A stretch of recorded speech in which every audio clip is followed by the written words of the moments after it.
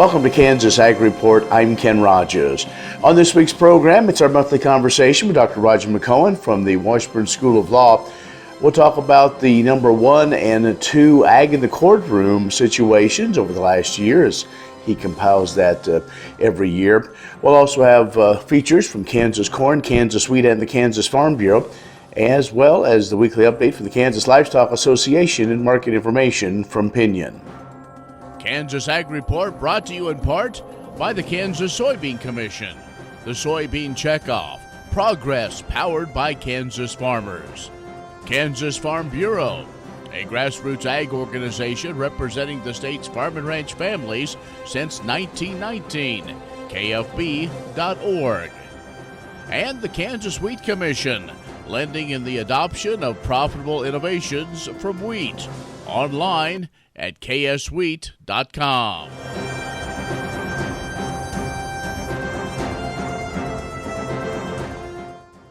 USDA's Economic Research Service has released the February farm income forecast. Net farm income, which is a broad measure for profit, is forecast $136.9 billion in the calendar year 2023. That's a decrease of $25.9 billion or 15.9% relative to 2022. After adjusting for inflation, net farm income is forecast to decrease $30.5 billion, or 18.2% in 2023. Now, despite the expected decline, net farm income in 2023 would be at 26.6% above the 20-year average of $108.1 billion in inflation-adjusted dollars. Net cash farm income forecast $150.6 billion in 2023. That's a decrease of $39.4 billion or 20.7% relative to 2022. Cash receipts from sales of ag commodities forecast to decrease by $23.6 billion from a record forecast high of $543.4 billion in 2022, then to $519.9 billion in 2023. Also contributed to the forecast of lower income is lower direct government payments and higher production expenses. Well, USDA's January 1st cattle inventory report places the total number of cattle and calves at 89.3 million head. That's consistent with what the trade did expect of a 3% decline from 1 year ago. The decline comes as cattle producers face a fourth consecutive contraction within this cattle cycle. That's approaching inventories we haven't seen since 2014 and 2015 at the start of the current cycle. Then producers began rebuilding following the drought of 2012. Beef production anticipated to be 6.5% lower in 2023 than a year ago. University of Illinois Jason Franken says that all things considered, prices in 2023 likely to exceed those of the last couple of years. Current conditions are even bringing about speculation of the possibility of extending record prices last seen in the fourth quarter of 2014. Well, no need to tell Kansas wheat producers, but drought has really been a bummer for the hard red winter wheat crop. Back on January 17th, USDA's Economic Research Service said that 59% of the winter wheat production in the U.S. was within an area experience exceptional drought. The Kansas wheat crop still rated good to excellent in some categories according to USDA, but the ratings dipped slightly from November to January. Jeannie Falk Jones is a multi-county specialist with K-State's Extension. She's out in the northwest corner. Said you never want to count a wheat crop out, but we're talking about being a crop with 9 lives, but some would say ran through a few of those already trying to get to this point within the growing season. She said much of the western Kansas wheat planted in extremely dry conditions, creating variability in wheat stands in the late fall and early into spring. When we return, Dr. Roger McCohen from Washburn School of Law. We'll be back with more in just a moment on the Kansas Ag Report. The Kansas Ag Report brought to you in part by Kansas Grain Sorghum, growers working together. Learn more at ksgrainsorghum.org. Grass and Grain, online or in the mail, keeping Kansas farmers informed for over 60 years. grassandgrain.com.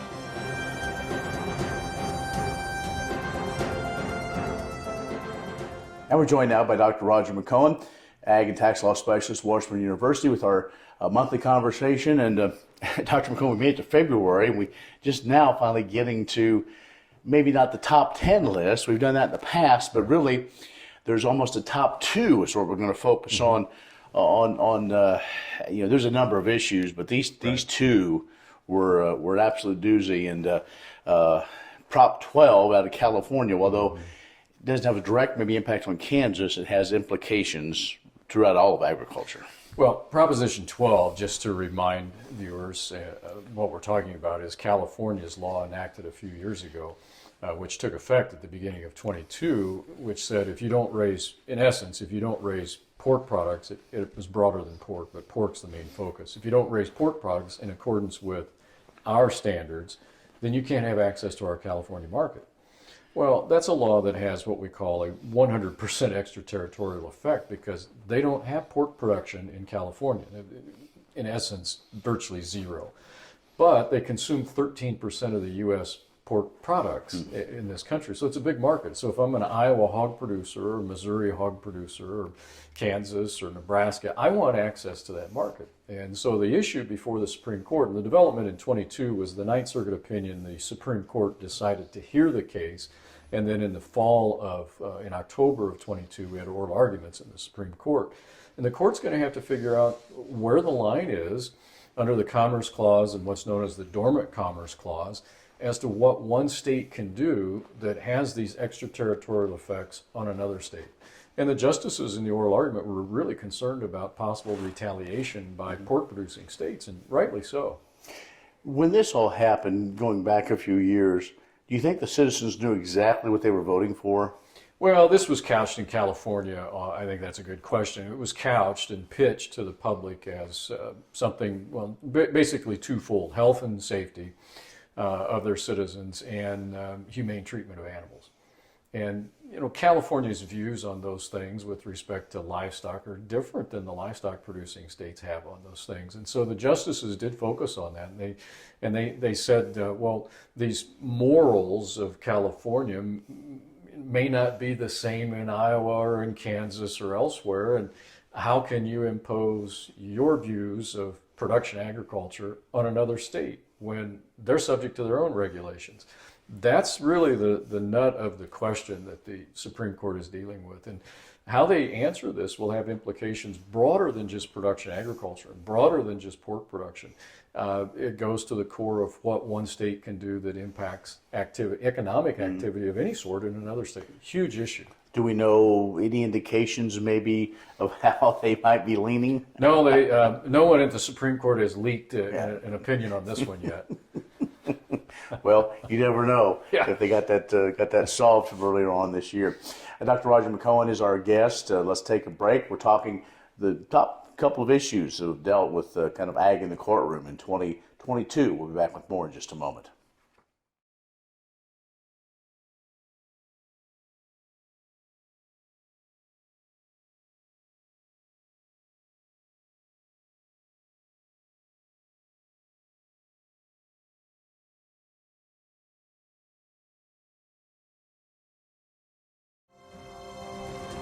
Kansas Ag Report brought to you in part by the Kansas Livestock Association, supporting members' business interests and meeting consumer demands.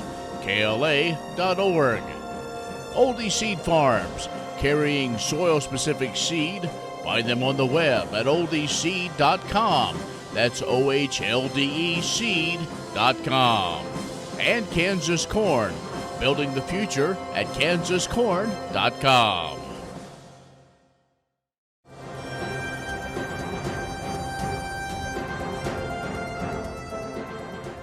And Dr. Roger McCohen is our guest, and we talk with him every month. And so we're talking about a couple of big issues that happened in 2022 and those that we maybe talked about, but kind of a review. And one of those is dealing with energy and basically this major questions doctrine that has been kind of going on for a long time. Mm-hmm. That's right. The case before the U.S. Supreme Court actually involved West Virginia against the EPA. That's the case name. So it was a state that was suing the federal regulatory body And it dated back to a statement that candidate Obama made at that point in time that if enacted, he would put into play policies that would bankrupt the coal industry. And people remember that comment that's out there.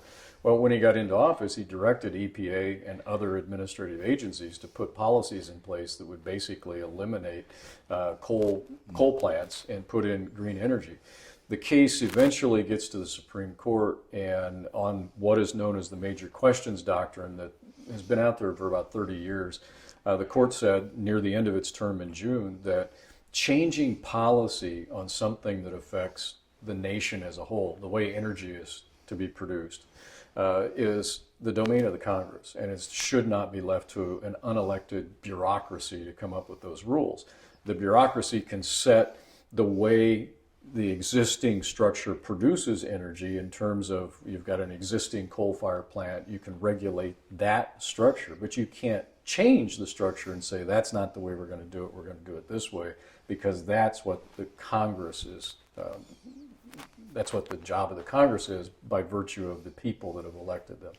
So then what about, as this moves forward, does this bring a full kind of separation of either powers or separation of states' rights, federal, administrative, legislative?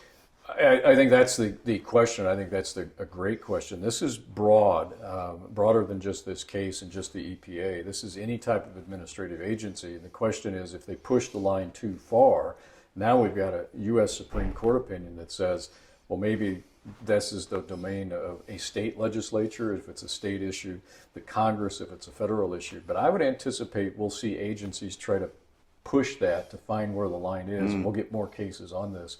But I like this because it is a case where the Supreme Court drew the line between the executive, the legislature, and the administrative.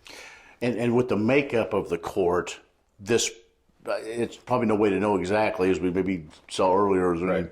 Leanings. We don't really know other than maybe past cases when you've looked at either a state's rights or a line in the sand, if you will, as far as who has jurisdictions. That's where we can go on. Yeah, I think the current court is much more inclined than we've had in the past, say 20 or 30 years ago, of saying that's the domain of the Congress, that's the domain of an administrative agency.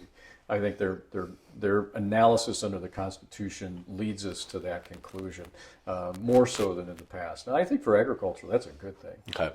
Well, Dr. McCohen, now folks want to learn about these, and your whole top 10 list is available on your blog. Is that correct? It's available on my blog. I did a whole series during the month of January on these top developments and some that were just outside the top 10. That's also available on Ag Manager through KSU Ag Econ. Okay, very good.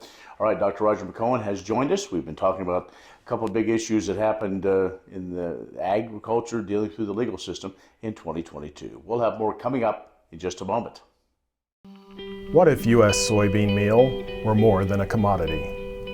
If seed companies and the soybean checkoff built a better variety? That future is here. The time is now.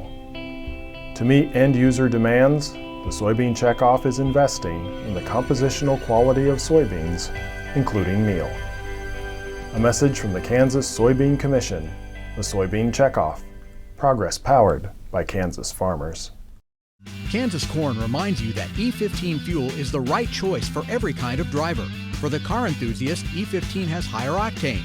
For the thrifty driver, E15 is priced lower than regular unleaded. For the nature lover, E15 provides cleaner air. For the shopper who buys local, E15 has more ethanol from our Kansas corn farms.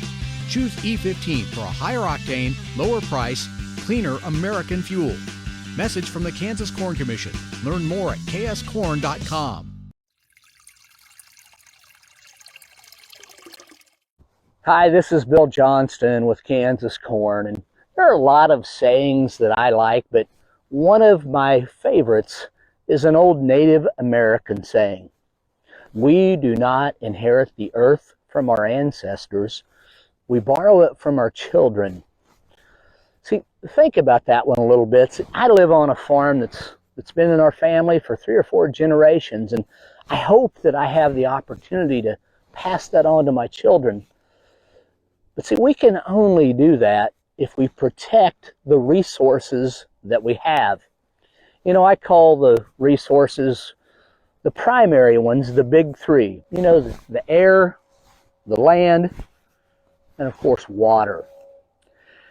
And farmers really have to protect water, air, and land so that they can have those resources for the next generation. So I want to visit with you today about some of those practices that we use to conserve water.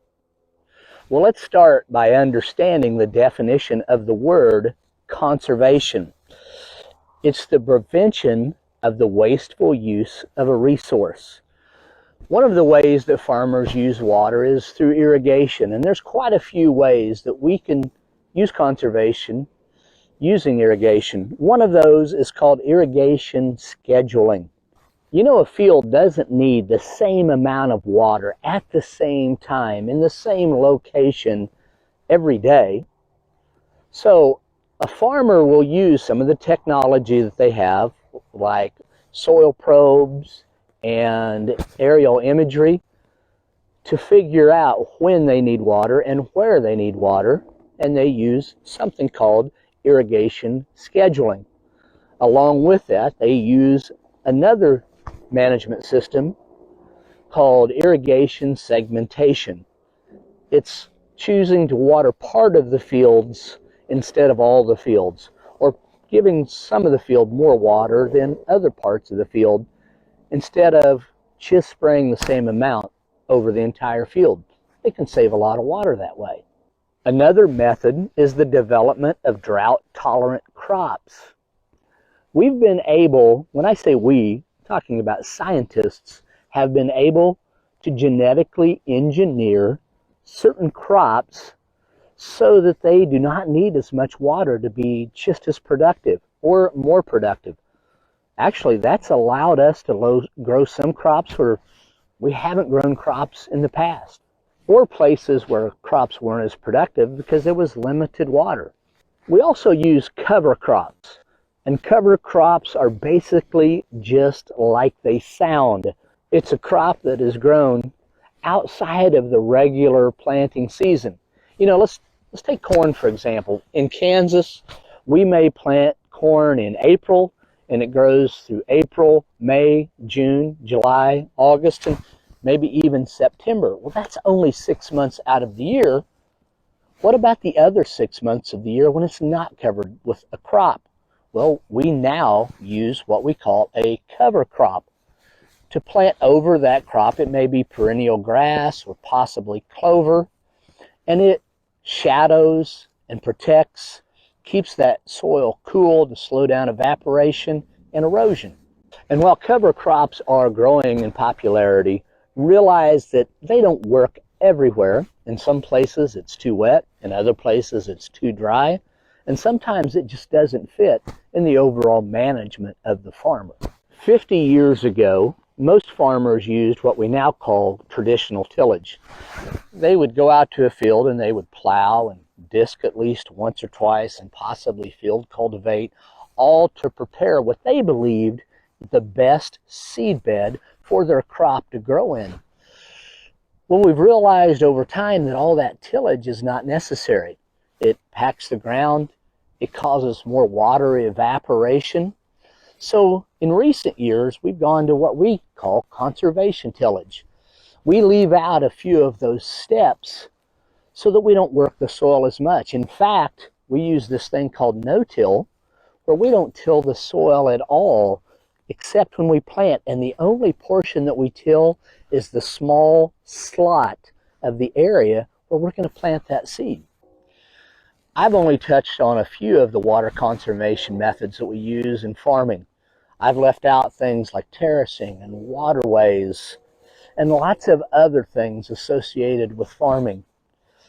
I challenge you to look up some ways that farmers might conserve water in your neighborhood.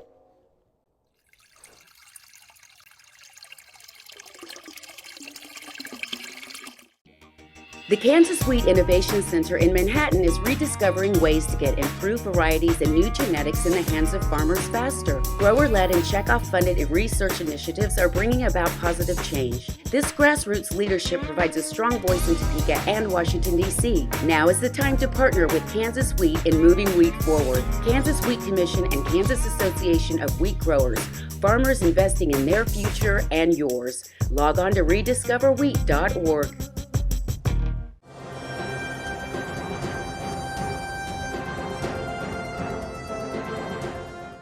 Now is the time for wheat farmers to make their priorities known as negotiations for the next farm bill kick into high gear. That was a clear message from the lawmakers and association staff alike during the 2023 Kansas Commodity Classic. Kansas Wheat is carrying forward the call to action as staff and board members join counterparts from across the country for the joint meetings of the U.S. Wheat Associates and National Association of Wheat Growers. If you're participating in COG, your voice is heard, said Shannon DeGroat, COG Director of Membership and Governmental Affairs. We're the ones relaying message to our congressional offices and our national association. So if you're a part of COG, you can have that discussion with us to secure that you have the tools you need in your operation, especially to stay afloat in times of need. The 2023 Kansas Commodity Classic, the annual convention of the Kansas Corn, Wheat, Soybean, and Grain Sorghum Associations on January 27th in Salina, farmers heard a market update, a 2023 ag projection presentation, House and Senate updates. The agenda was packed with valuable information, but DeGroat highlighted the need for educating staff or congressional members that are unfamiliar with agricultural issues and potential difficulties of the current political situation in the passing of the next farm bill. Sorghum is one of the most important cereal crops worldwide, and Kansas leads the nation in its production. Over the years, sorghum has been either exported, used in animal feed domestically, or for other industrial uses. Recently, its use in the ethanol market has seen tremendous growth, with 30% of domestic sorghum typically going to ethanol production. Kansas Grain Sorghum is committed to sorghum research, market development, and education. Learn more at ksgrainsorghum.org. For almost 40 years, Eric Atkinson shared news and information to Kansas farmers and ranchers across the airwaves as host of Agriculture Today, K-State Research and Extension's daily radio program. This summer, Eric unplugged the microphone after 39 years on the air. Eric is no stranger to agriculture because he grew up on a farm outside of Winfield. He got his start in the business by doing some radio reports in high school. After graduating from K-State with a degree in broadcasting, Atkinson worked in various other jobs in radio, communications, and even on his family's farm before he joined K-State's KSAC radio station in 1983. Eric had big shoes to fill after Paul DeWeese, the previous host of Agriculture Today, who had been known around the country as the Dean of Agriculture Broadcasters, died of a heart attack. Eric brought agricultural experts directly to the folks who needed the pertinent information through more than 9,000 shows, and never missed an opportunity to bring useful topics and news to Kansas farmers and ranchers. Now that he's retired, he's spending more time on his Wabaunsee County farm, cheering on the Wildcats, and attending local ag events. Congratulations, Eric, on your retirement, and thank you for sharing the news with Kansas farmers and ranchers. Many seed companies claim to offer the latest genetics, but how many have tested those genetics in soils just like yours? The Oldie Seed Know to Grow research program has fully tested the latest seed genetics in soils that are right in your neighborhood. The Oldie Seed Know to Grow program can recommend the best performing hybrids from technologies like Enlist, Extend, and LibertyLink that will optimize the yield and profit of every acre on your farm. Contact Oldie Seed today.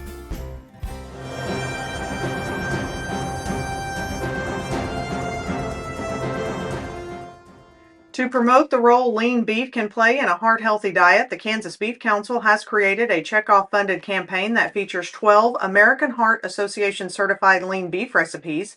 The main component of the campaign is providing these recipes, along with videos about each, to cardiac rehabilitation centers, dietitians, and various health professionals throughout Kansas and the Kansas City metro area.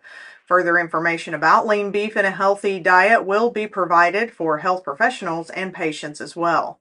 KBC also created several social media assets that will be shared across all platforms. This includes graphics for Pinterest and 15-second videos for YouTube ads.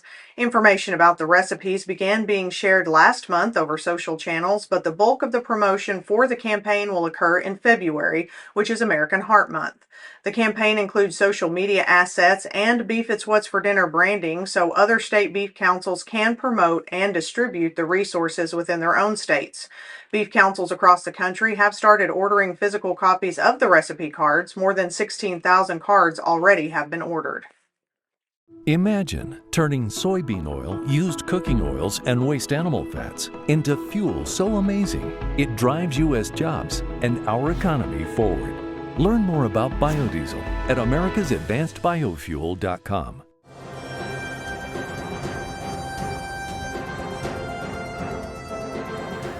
Good day.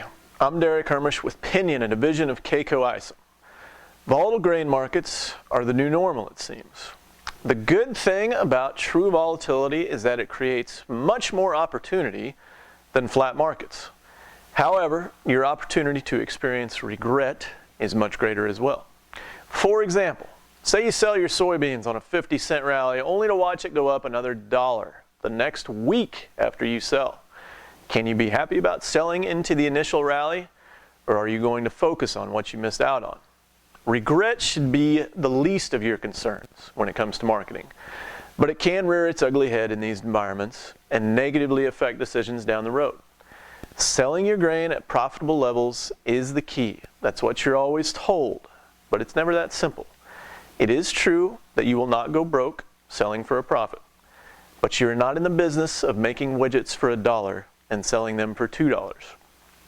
Volatile markets provide opportunity, but they also provide opportunity cost. If you make a decision that nets you 50 cents less on average for your grain than your fellow neighboring farmers, nobody's going to offer you a discount on fertilizer or seed or equipment repairs to help you make up for it. Quite the opposite, as we've seen recently with inputs going higher. There are options, literally, that can be very useful in volatile markets. Yes, I am referring to puts and calls.